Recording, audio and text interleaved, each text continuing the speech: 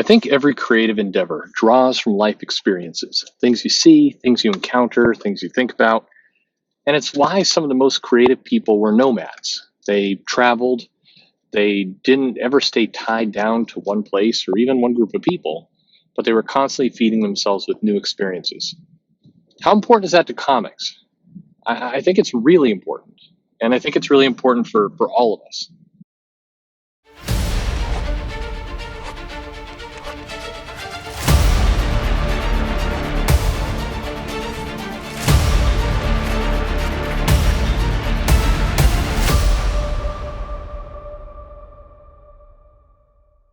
Hey everybody, this is Perch. Sometimes these videos, when I'm recording, they get kind of self-reflective. I'll be honest, I delete most of them. When they go too far down that path, I don't upload them. They tend to ramble more. They tend to have less of a point. They tend to be more kind of stream of consciousness, like it's more of almost a comedy show more than an actual, topic. This is my TED Talk. Welcome to my TED Talk.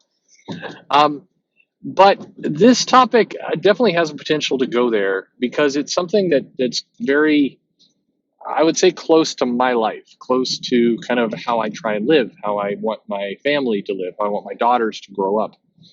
But it's also how I think about making comics, about the people around comics.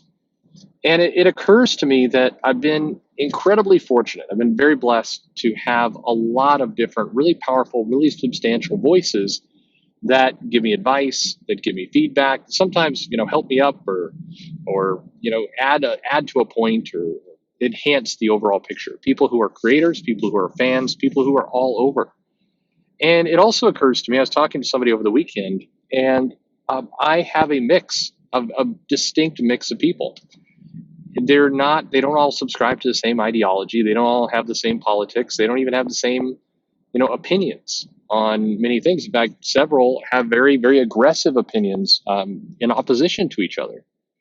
But for whatever reason, they're all both willing to lend a hand and thoughts to topics. They're willing to engage. They're willing to talk to someone who doesn't agree with them. I think in life, and why this is so important to comics is comics are a reflection of that art, of that story. I mean, how can you tell a story about a hero who, travels the world saving people if you don't have heroic ideals yourself? And if you don't travel the world, if you stay in your apartment in Los Angeles and you have your very tight, tiny bubble of friends and you all read the same news, how are you supposed to write a story about how the hero engages, how the hero not only kind of through physicality saves the day from a villain, but also inspires people? How are you supposed to do that? It's possible. I mean, people can imagine anything. It's not a requirement, I guess, a hard requirement that you go out and you experience these things for yourself in order to write about them, but it definitely helps. And I also think there's an authenticity to the writing if you've actually lived these things. Again, it's not a hard requirement. There are plenty of people who have written science fiction stories about traveling to other planets and meeting alien races and all the rest that, of course, have never done those things. But there's a life experience that goes into these pieces. For myself, and if I can get personal here for a minute, I've lived my life. I hope to look back on it in a interesting, exciting way. I've only missed one continent. I've never traveled to Antarctica, but I've traveled everywhere else. I was sure. I mean, I was going to be in Antarctica in March. I was going to do it, and this COVID situation threw that for a loop. I wasn't able to cross that off my bucket list. And sometimes I've wondered if I'm doing these things to kind of check off a list, or if I'm doing these things because of something more. And if I'm honest with myself, it is the something more. When I was younger and I was flying around a lot, I would frequently deliberately take layovers. I'd take layovers in airports I hadn't been at yet because I wanted to see, just even though it wasn't at all representative of the city, I wanted to see this new place. I wanted to get out of the plane. I wanted to walk around the airport. I wanted to do these things. When I worked in the corporate world, we'd go on a business conference, or we'd go to meet a subsidiary office, or we'd go out. And many of us would get back to the hotel that night, and I would be the guy out at 11 o'clock, midnight, 1 a.m., walking the streets because I wanted to see the world around me. I didn't just want to see, airport, cab, hotel, business office, hotel, airport, home. I wanted to experience life. And I've been fortunate. I haven't had that many bad encounters. I haven't, had people really mugging me. I've had a few. I've had a few people try to do harm. But by and large, I've walked streets walked streets in Barcelona. I've walked streets in China. I've walked streets in Japan and South Korea and Johannesburg, South Africa, and in Rome, in London, in South America, Ecuador, and they've given me a huge perspective. They've given me an opportunity to kind of think about life in a different way, and also I think it's given me kind of this ability not to get pissed when someone doesn't agree with me. And I look at comics and I look at a lot of the arguments, and a lot of the arguments seem born out of very kind of small, narrow world perspectives, very narrow views. It feels like somebody who's never really experienced the world, never really had to deal with the world. I think that if you've gone to another country and you've had to immerse in that other country, you've had to not just order food, protected by a bubble of travelers, but actually gone out and tried to navigate a subway map in Shibuya without knowing any Japanese.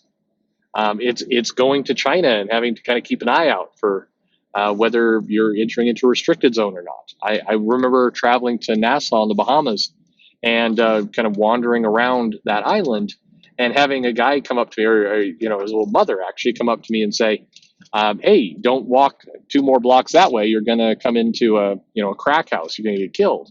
You should go one of the other ways." All these kinds of experiences have taught me that, if you have to engage with the world at that level, then you can't get too hung up or angry about, who voted for who, or did some insult kind of, rub you the wrong way. Every now and then, I like to kind of play it loose on social media, and I definitely, in my heart, I've never gone out and said I'm going to attack somebody, I'm going to insult someone. Never. I've tried to make jokes, and sometimes those jokes have been harmful. Sometimes I haven't meant it, and I've apologized. Sometimes I thought I was on the edge, and against my better judgment, I did the wrong thing. And sometimes the person was too sensitive. That happens too. Donnie Cates did an amazing thing. I think he donated money to, not donated, he bought everybody's pull list in the comic shops. Awesome. There's no, full stop. Doesn't matter what other things you think about Donnie. That was a great move. That was a really awesome move that I know a lot of people, a lot of customers, and the shop appreciated. And I thanked him for it. I said, that was a great move. Called him out. You did something great. You deserve to take a bow there. And I said, you look like a tough guy in your picture. And I think I offended him. When he responded to me, he's like, that picture was from 3 years ago. It's like, there was no offense taken. And I see that, and I get a sense of sadness with those moments, because to me, it feels like this is not enough understanding. This is not enough life experience. It still feels like we're too sensitive with each other. Where's the laughter? Where's the jokes? We can fight and we can fight and we can fight, but at the end of the day, all you have in life is our experiences, our understanding of each other. We're all out on our own here. You live, you die. And there's not a lot of time in this world. All the things I want to do with my life, I'm not going to get to a fraction of it before I die. I hope that I've raised my children to the point that maybe they'll take on some of these things. That's the legacy you live. This is what we do with each other.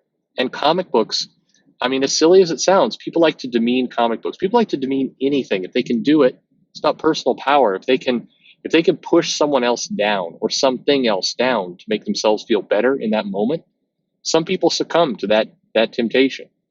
Some people are happy to shovel someone else down to give themselves a leg up. But it's fleeting. And at the end of the day, you run out of people to shove down. And then it's just you that's down. I think we have to do better to lift each other up. And comics is an art form. It is a story. It's an ongoing narrative. It's a way of expressing things. And there's all sorts of different types. There's ones for all kinds of ages, all kinds of interests, everything. That's comics. That's why comics are so special to me. That's why I think they're so powerful, and that's why I think the experiences you take in life are so important in comics.